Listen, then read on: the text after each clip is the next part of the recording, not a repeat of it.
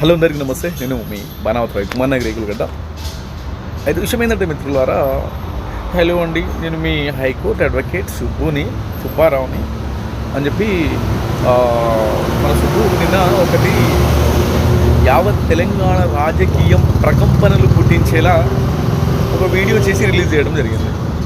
ఈ వీడియో ఏంటంటే ఒకసారి మిమ్మల్ని ప్లే చేస్తాను, చూడండి. అందరికీ నమస్కారం అండి. నేను మీ హైకోర్టు అడ్వకేట్ సుబ్బుని మాట్లాడుతున్నా. మన హైదరాబాద్ లో కొత్త నయా దందా ఒకటి స్టార్ట్ అయింది. ఏంటంటే ఆర్ఫనైజింగ్ హోమ్స్ పేర్లు, అదేవిధంగా అనాథ శరణాలయాల పేర్లతో, అదేవిధంగా మత సంస్థలకు సంబంధించినటువంటి ఏవైతే సంస్థలునే వాటి ద్వారా అంటే అవుట్ ఆఫ్ కంట్రీస్ నుంచి కోట్లలో పెద్ద మొత్తంలో ఈ నగదు అనేది వాళ్ళకి ట్రాన్సాక్షన్ అవ్వడం, అది వీళ్ళు తీసి వైట్ మనీగా మార్చి మిగతా ఎవరైతే ఇందులో కల్ప్రిట్స్ ఎవరైతే ఉన్నారో వాళ్ళందరికీ ఇవ్వడం, ఇలాంటి కోట్లలో హవాలా మనీని వైట్ మనీగా మార్చి హైదరాబాద్ లో ఉన్న బడా నేతలు దీనికి నాయకత్వం వహిస్తూ కోట్లలో వ్యాపారాలు చేస్తూ దొంగలకి లుచ్చలకి అదేవిధంగా ఎవరైతే ఉన్నారో లంగలకి ఇట్లా సపోర్ట్ చేయడం అనేది నిజంగా బాధాకరం. ఈ కొత్త నయా దందా కొత్తగా షురూ అయింది. దీనికి సంబంధించిన 100 కోట్ల స్కామ్ కు సంబంధించిన పత్రాలు నేను సంపాదించడం జరిగింది. దీంట్లో ఎవరెవరు ఉన్నారు, ఎవరెవరు హవాలా మనీలు ఏ ట్రస్టులకి పంపించారు, ఆ ట్రస్టులకి వీళ్ళు ఎంత ఓటాలు ఇచ్చారనేవి పూర్తి సమాచారం చాలా పేపర్లో నేను సేకరించడం జరిగింది. సో ఒక ప్రెస్ మీట్ పెట్టి ఈ పెద్ద నయా దందా, ఇప్పటి వరకు బయటకు రాని నయా దందా గురించి అనేక విషయాలను నేను వెల్లడించడానికి సిద్ధంగా ఉన్నాను. Thank you. సో విన్నారు కదా మిత్రులారా, నాకు ఈ వీడియో వల్ల ఎలాంటి ప్రాబ్లం లేదు, కానీ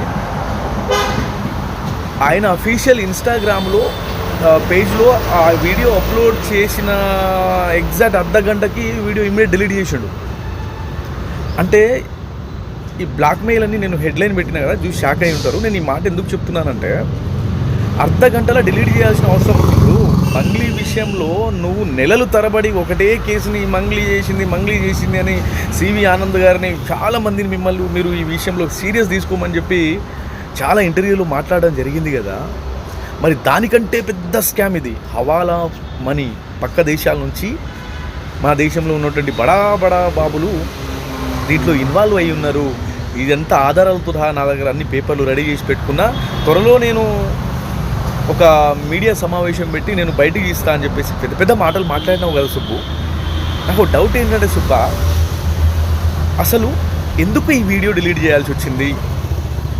నాకు తెలిసి ఆ ట్రస్ట్లకి కాల్ చేసి భయభ్రాంతులకు గురి చేసి నీకు రావాల్సిన ముడుపులు ఏమైనా ముట్టినాయా, లేక నువ్వు చెప్పినట్టు బడా బాబులు ఫోన్ చేసి ధమ్కీలు ఏమైనా ఇచ్చిండ్రా? ఈ 2 కారణాల్లో ఏదో ఒకటి అయి ఉంటుంది ఖచ్చితంగా. నాకు తెలిసి ముడిపైన ముట్టి ఉండాలి, లేకపోతే నువ్వు చెప్పినట్టు బడా బాబులు నిన్ను భయపెట్టి అయినా ఉండాలి. సో కాబట్టి రెండిట్లో ఏం జరిగిందనేది తెలంగాణ సమాజానికి చెప్పు. ఇక్కడ మనం ఆలోచించాల్సింది ఏంటంటే, మంగ్లీ అంటే ఒక సింగర్, ఏం చేయలేదు, ఏం చేసినా నడుస్తుంది, ఎంత ఆరోపణలు చేసినా ఎదుర్కొంటుంది. కానీ అక్కడ ఉన్నది బడా బాబులు అని చెప్పినావు కదా, పెద్ద రాజకీయ నాయకులు, రాజకీయ ప్రకంపనలు పుట్టించే హాట్ కామెంట్ చేసినావు కదా. సో అన్ని కేసులు ఇలానే ఒకేలా ఉండవు సుబ్బు, ఇది నువ్వు అర్థం చేసుకోవాలి. సో మొత్తానికైతే పిల్లకాయ మెత్తబడినావు, నిజంగా మెత్తబడినావు, చల్లగా అయింది.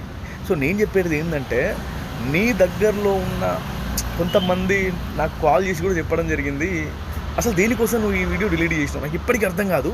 యావత్ తెలంగాణ రాష్ట్రంలో ఉన్న యువ సమాజానికి కూడా, తెలంగాణ రాష్ట్ర ప్రజలకి, 2 తెలుగు రాష్ట్ర ప్రజలకు కూడా నువ్వు సమాధానం చెప్పాల్సిన అవసరం ఉన్నది. అసలు నువ్వు ఈ వీడియో ఎందుకు డిలీట్ చేయాల్సి వచ్చింది?